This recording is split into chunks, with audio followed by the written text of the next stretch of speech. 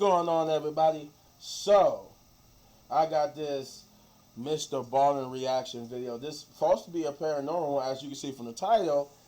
It says, detectives publicly admit paranormal forces were at work here. So, you know what that means, Mr. Ballin paranormal videos? This is a rarity. I don't think, yeah, we don't really get paranormal videos a lot from Mr. Ballin. Most of them are true crime, so let's see what this is talking about, man. Today's story is a good old-fashioned spooky story. It's about a missing person in Taiwan, and it takes a totally bizarre turn, and I will say, probably most of you will get the biggest thrill out of the apartment scene. You'll know that scene when you get to it, and that's towards the end of the video. So make sure you stick around if you enjoy being spooked. But before we get into that story, if you're a fan of the strange, dark, and mysterious delivered in story format, then you come to the right place because that's all we do, and we upload once a week. So, if that's of interest to you, the next time the like button is at work, sneak into their house and crawl into their bed, and then open up a Nature Valley crunchy granola bar and very sloppily eat it so crumbs go everywhere, and then, without cleaning up, just pull the covers up and cover up your mess and leave. Also, please subscribe to our channel and turn on all notifications so you don't miss any of our weekly uploads. Okay, let's get into today's story.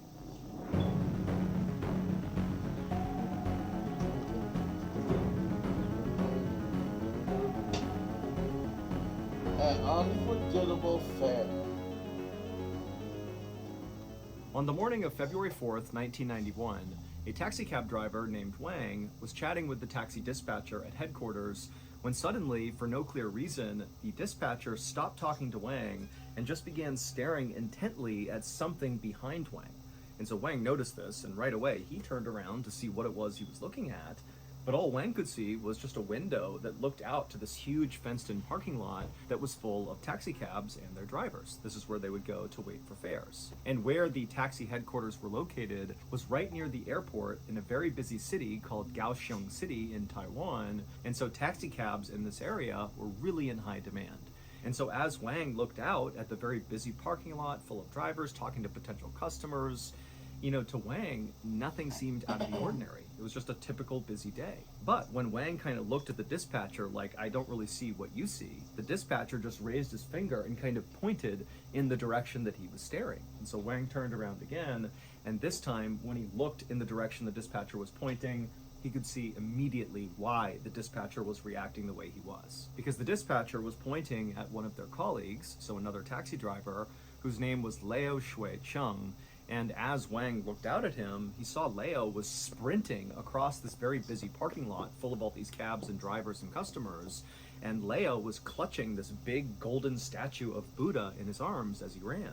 And so Wang and the dispatcher watched Leo, and what he did is he kept running all the way across the lot until he got to his taxi cab, at which point he practically dove inside of it, he slammed the door, locked every door, and then began looking around frantically like he was expecting someone to show up who had been chasing him or something. But there was nobody around his car, and Wang and the dispatcher kind of scanned the parking lot, and they didn't see anybody who seemed remotely interested in Leo. And so Wang and the dispatcher continued to watch Leo from the window, and they saw eventually Leo stopped kind of scanning around for other people, and at that point he took that golden statue of Buddha and he placed it up on the dash of his cab. And this was not the first Buddha statue that he had put up there. From Wang and the dispatcher's perspective, it looked like he had at least 2 or 3 that were right up there alongside this new one. And then after Leo placed this new golden statue, he sort of sat back in his chair, and from Wang and the dispatcher's perspective, it sort of looked like he had closed his eyes and was praying or mumbling something, but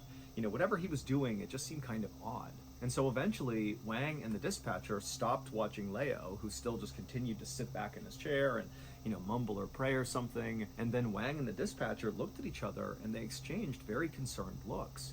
Because they both knew, Leo was kind of a weird guy, but from his behavior today, it just seemed like, something must be wrong with Leo. There has to be some issue. So for context, Leo was this 35-year-old guy who lived alone, and he had this reputation of being very antisocial and kind of just rude. Like, he had terrible manners. But recently, Wang and the dispatcher and other taxi drivers who worked at this company had noticed that Leo's behavior had gone from being kind of awkward and antisocial to being kind of menacing, like not even including the weird behavior he was exhibiting now, just like in his day-to-day interactions with people. He was just really aggressive. Like, he always would tell his colleagues at the taxi company how much he hated stray cats and dogs. And, a lot of people found these stray cats and dogs in their neighborhood in the city to be a bit of a nuisance. They'd rummage through trash and make noise or whatever, but nobody really paid them much attention. They were just stray animals trying to survive. Like, it wasn't a big deal. But for Leo, he obsessed over hating the stray cats and dogs and how much he wanted them to get out of his neighborhood. And somewhat recently, he had come to work and told his colleagues that he had gone out and gotten a crossbow, and at night he had begun shooting at the stray cats and dogs, which totally horrified his colleagues. And now Leo had this weird thing going on with his Buddha statues that he was putting inside of his cab. And also, in addition to those statues, he had begun putting on the windows inside of his cab these things called fulus, which are these little strips of yellow parchment paper that basically ward off evil spirits. And so Leo had basically transformed the interior of his cab into this sort of weird shrine or temple. And in fact, Leo had put up so many of these fulus on the inside of the windows, and again, all those statues that sat on the dash, that when he drove, he could barely see because his view was totally obstructed. But despite everybody at the company seeing this totally weird behavior playing out with Leo, nobody went up to him and said, "Hey, what are you doing with these statues and pieces of paper? What's going on here?" Because nobody wanted to interact with him. He seemed like kind of a menace, and so people just kind of let him do his thing. But now, as Wang and the dispatcher are watching Leo run across the lot and act totally psychotic, they looked at each other and they were like, maybe we should do something. And so Wang volunteered to call the police, and as Wang turned to go walk out and make the call, he saw Leo peeling out of the parking lot, nearly smashing into cars and people, just driving like a total maniac. And so Leo really felt like, okay, yeah, this really is the time to step in. Someone's going to get hurt here. The following day, Wang would contact his friend in the police department, and he would explain what was going on with Leo. And to Wang's surprise, his friend told him that actually the police were well aware of Leo. And that was because not all that long ago, Leo was actually a suspect in a murder case. So about 10 months earlier, in April of 1990, a 23-year-old woman from Japan named Mariko Iguchi had visited Taiwan on vacation, and during this vacation, she had gone missing. Now, at the time, the Taiwanese economy really relied heavily on Japanese tourism, and so Taiwan really aggressively marketed to Japan to, come visit, come on vacation here. And so it was pretty common for Japanese college students to visit Taiwan on vacation to celebrate things like a graduation or a birthday party, and so that's what Mariko was doing. She was here celebrating, and she was traveling alone. Also, one sort of quirky thing about Taiwanese culture at the time was it was pretty common for taxi cab drivers to open up their own personal homes to their fares, basically saying, hey, don't stay at a hotel, I'll give you a ride wherever you're going to go, but then at night, you can stay at my house with my family. That's so a it was weird just kind of a thing in Taiwan that people visited and stayed at the homes of their taxi cab drivers. So when Mariko came to Taiwan on this vacation, this is what she did. She stayed in the home of the taxi cab driver, and it was during this period of time that she went missing. And so naturally, when the investigation began into her disappearance, the first place police went were the taxi cab drivers. And so first, the police focused on a driver in the capital of Taiwan who said he had given Mariko a few rides, he had brought her sightseeing, and then he had let her stay in his home. But he said, after that, she left and he didn't see her again. He had no idea what happened to her. And the police would actually discover that after Mariko left that particular driver's house, she would send a postcard to her family that was dated after she had left. And so basically this ruled out the first driver as a suspect. And so for a little while, this case went cold because the police couldn't find any other taxi cab drivers that had given Mariko a ride. But then, a few months later, the police offered a reward for information about what happened to Mariko, and it was then that police got a tip that Mariko had been seen speaking to Leo at the train station before she disappeared. But when police spoke to Leo, he immediately said, yes, I did give Mariko a ride, but that was it. She didn't stay at my house. It was just this one ride from the train station into town, and after she got out, I have no idea what happened to her. And so police would ask Leo dozens more questions, and they would try to get more information from him, but he just didn't have any. And then at the same time, there was this flood of all these new tips that began coming into the police station about this case. But it would turn out a lot of these leads, like all of them, were just terrible tips. People were calling in totally random stuff just because now there was this monetary reward for information, and it was kind of incentivizing people to just call in anything, and it was actually making I hate the when people investigation do that. much Like, harder come on, because man, now the this police is had all these bad serious. tips, Why and is so they you really weren't calling getting in anywhere. like But just despite the random like slow that? progress the police were making in this case had really been elevated and become like a huge international news story, and lots of people all over the world were following it. And during this time, when all these people are tuned in to this case, really weird things began happening surrounding this case. People in the city began receiving all these strange phone calls from this kind of frantic woman speaking Japanese. And in Taiwan, people predominantly speak Taiwanese and Mandarin, not Japanese. Oh, okay, so this is so a that's the weird part phone call to be getting in that Taiwan. speaks in And Mandarin, also at this okay. time, you need to remember that Mariko's disappearance was kind of all over the news. And so to get these weird calls from a woman speaking Japanese who sounds totally frantic, it made people in the city believe that it was Mariko placing these strange phone calls. But these calls, they didn't make any sense. It was just a woman kind of yelling in Japanese, and then she would just abruptly hang up. And also there were all these reports of people claiming to have seen Mariko or heard Mariko just in the city walking around. None of it was substantiated, but there was just kind of this eerie quality to the case. And so when Wang called his friend So I'm at the guessing police this is where the department to paranormal report part Leo starts. for his totally weird behavior, this was at a time when the Mariko missing person case was still totally front of mind in Taiwan and around the world, and also the police were still actively investigating this case, and frankly, Leo had not been ruled out as a suspect in this case. He was not considered a primary suspect by any means, but he wasn't ruled out yet, and so the police are hearing that Leo's acting really funny, and it made them think, hey, maybe we should reinvestigate this guy and see if he really is connected to the Mariko missing person case. And so ultimately, after Wang hung up, his friend in the police department got in touch with the lead detective on the Mariko case and told him about what was going on with Leo. And this lead detective, whose name was Lin Xiaoji, decided he would just put Leo under surveillance to see what he was doing.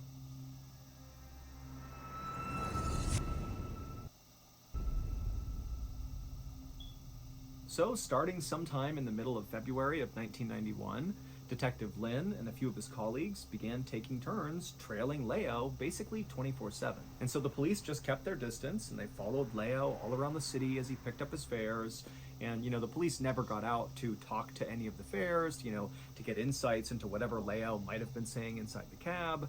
They just kind of watched from a distance and just wanted to see if there was any obvious red flags. Detective Lin figured, if Leo was somehow involved in whatever happened to Mariko, let's say she was killed, and let's say Leo was responsible for killing her, maybe if they followed Leo long enough, he might drive to an area that was kind of connected to her murder, maybe her gravesite or the place where he killed her or something.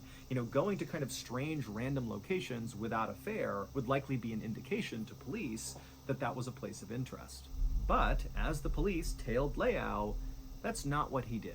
Leo basically never ever left his cab. Leo basically just picked up a passenger, drove them where they needed to go, and then repeated over and over and over again all day long. And then at the end of the night, instead of going home to his apartment that police knew he had, he would just sleep inside of his cab, just like in parking lots and stuff. And the only times he would go into his apartment appeared to be just so he could go to the bathroom or maybe shower or something, because they would see him through the window. But whenever Leo went into his apartment, he went through the same totally weird ritual every time. He would be in his cab, parked out front of his apartment, and the police are, parked far enough away that they can watch this. And Leo, at some point, would begin kind of frantically looking all around him, as if he was looking for somebody who was trying to hurt him or who was spying on him or something. And then after kind of making sure the coast was clear, Leo would open up his door and sprint, like absolutely as fast as he could, into his apartment building, and he'd only be in there for like a couple of minutes before he'd come bombing back out and practically dive into his cab, and he would shut all the doors, lock all the doors, and then, he'd clutch his golden statues, and he'd rub his fulus that were taped all over the inside of his cab, and he'd continue frantically looking around, to make sure nobody was there to hurt him or something. And then after a little while, he'd kind of calm down, he'd put his statue back on the dash, he'd kind of make sure his fulus were all in place, and then he would drive away. So, of course, Leiao's behavior, from the police's perspective, was totally bizarre, but in Detective Lin's mind, it didn't really seem like the behavior of a murderer. It seemed more like the behavior of someone who had lost their mind. Finally, on March 4th, 1991, Detective Lin decided that he just needed to speak to Leia, which required, basically ambushing Leia. So Detective Lin coordinated with his officers who were out surveilling Leia, and he had them tell him when Leia was at his apartment, going in to use the bathroom. And when they called in to Detective Lin that, hey, he just got to his apartment, he's about to run inside, Detective Lin and some other officers raced to the apartment, and they were all ready outside for whenever Leia came running back out to dive back into his cab. They were going to intercept him. And now Detective Lin and his colleagues didn't really know how Leia was going to react to having all these police standing there ready to grab him. I mean, was this guy going to be hostile? Was he going to be aggressive? Was he going to be scared, sad? They had no idea. It just seemed like Leia was totally unstable, so they all kind of had to be ready for whatever reaction he was going to have. However, the way Leia ultimately reacted to this was not the way any of the officers suspected. When Leia came bombing out of his apartment after a very short bathroom break, he began charging down the stairs towards his cab, and then seemed to kind of realize there were all these detectives and police officers all standing in front of him, literally getting ready to grab him, and Leia just collapsed to his knees and began sobbing and thanking them over and over and over again. Now, Detective Lin had no idea what this was. He didn't really understand what Leia was thanking them for, but he didn't waste any time trying to figure out what was going on.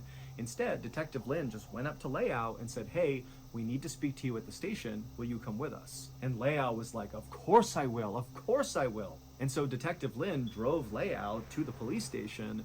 And when they got there, Leia was saying things like, oh, I wish I could just stay at the police station with you all. Like, this is where I'm safe. I want to stay here. Now, Lin didn't really respond to this. He just kind of said, okay, yeah.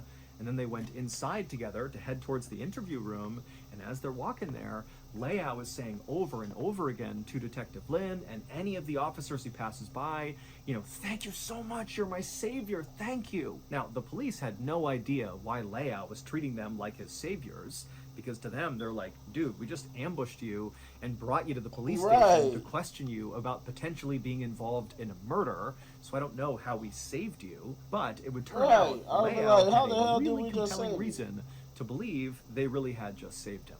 Because it would turn out Leia had this absolutely terrifying thing happening inside of his apartment. Just several minutes earlier, when Leia had run into his apartment, so right before he charged back outside and police grabbed him and took him to the station, when he was still inside of his apartment, he stepped inside and the apartment was totally dark. All the lights are off, all the shades are drawn, and immediately Leia felt his heart starting to race.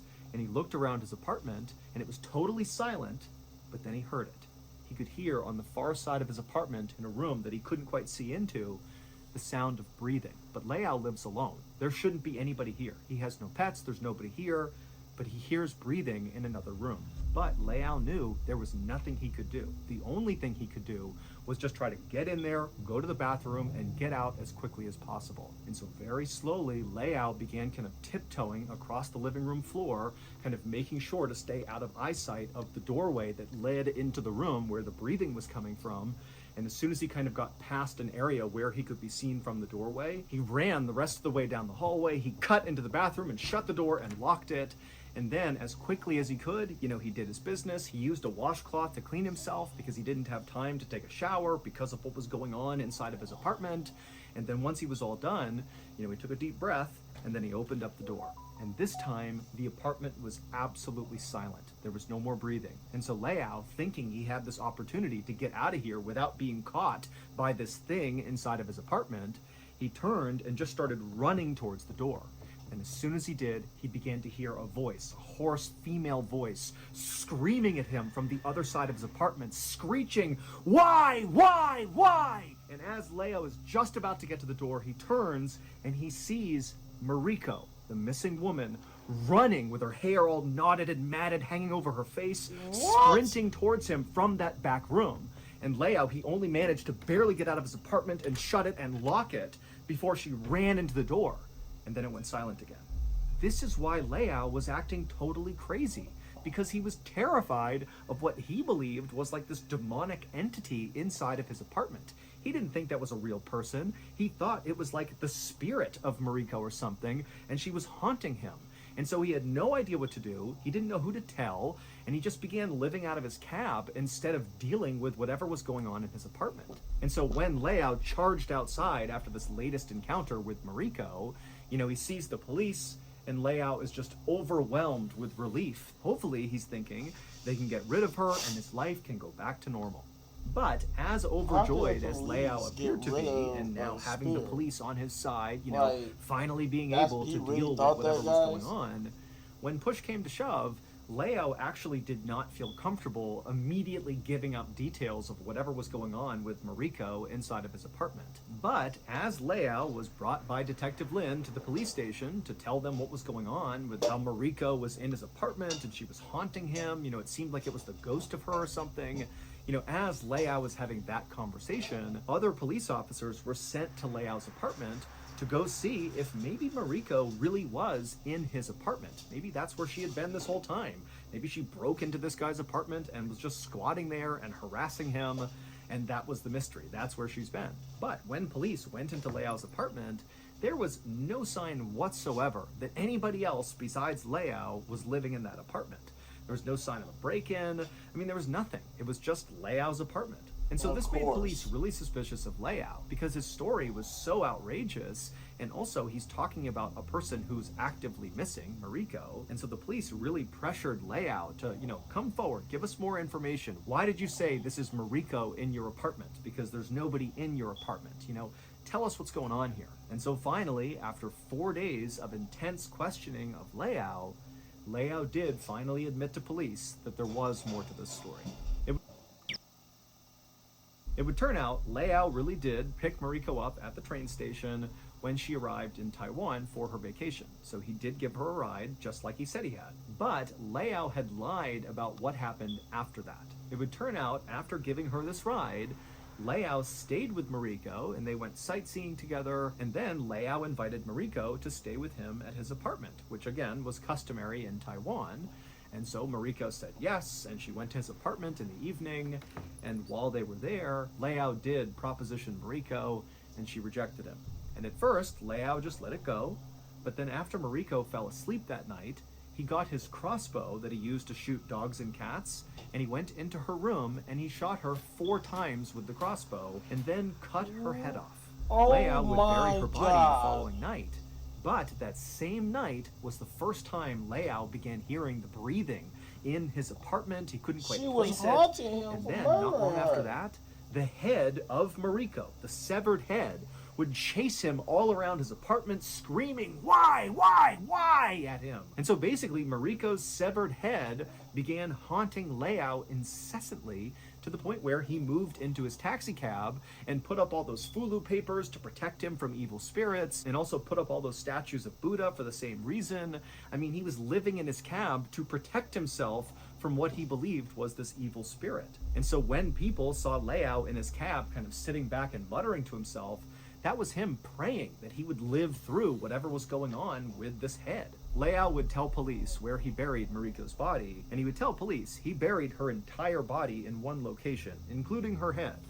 But when police dug her up, it was only her lower half. Her head was missing.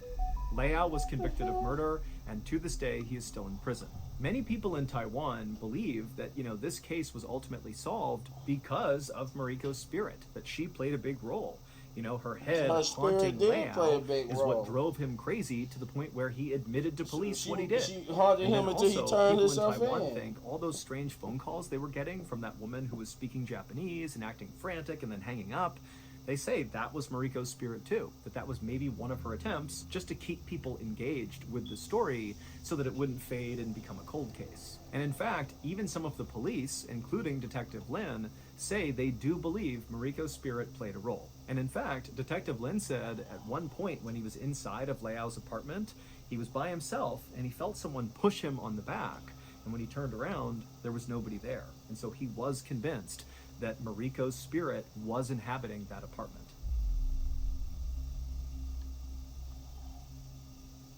Our newest podcast out of Ballin Studios is That's crazy, man. Holy crap. That's crazy. That's absolutely, positively crazy. She helped solve her case. She helped solve her own murder by haunting the guy who killed her until he confessed to the police what he did. That's justice for you. That's all I can say. That's justice for you. But you let me know in the comments down below what you thought. And if you enjoy my reaction, you know what to do. You hit this button right there for all of my season 3 reactions. And if you enjoy the video so much you want to support the channel, all you gotta do is hit those buttons. As always, he ain't one of these videos for more of my amazing content. And yeah, I got more coming this way. I'm gonna most likely have 2 live streams coming. I'm gonna do a live stream for Dead Space, the part 8, and then we're gonna be doing. Then I'm gonna have a special live stream with the Wrestling Pit podcast. So be on the lookout for that later on today. Peace.